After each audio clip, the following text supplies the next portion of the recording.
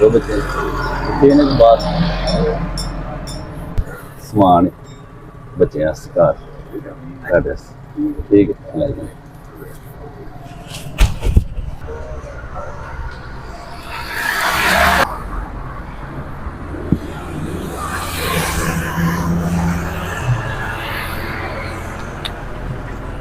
क्या हाल है? ठीक हो भाई?